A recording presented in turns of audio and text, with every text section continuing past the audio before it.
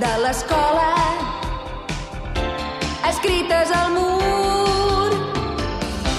Un temps de felicitat, somnis per realitzar.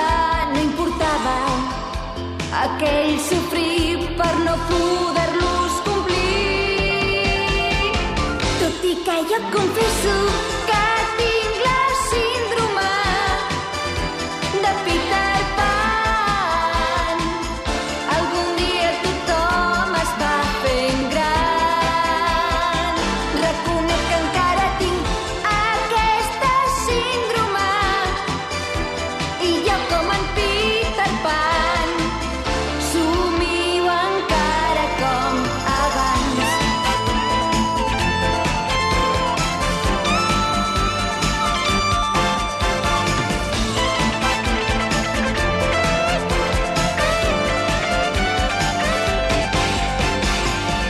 En un racó del pati, jugant amb les pedretes, trista i soleta jo, vessada llàgrimes.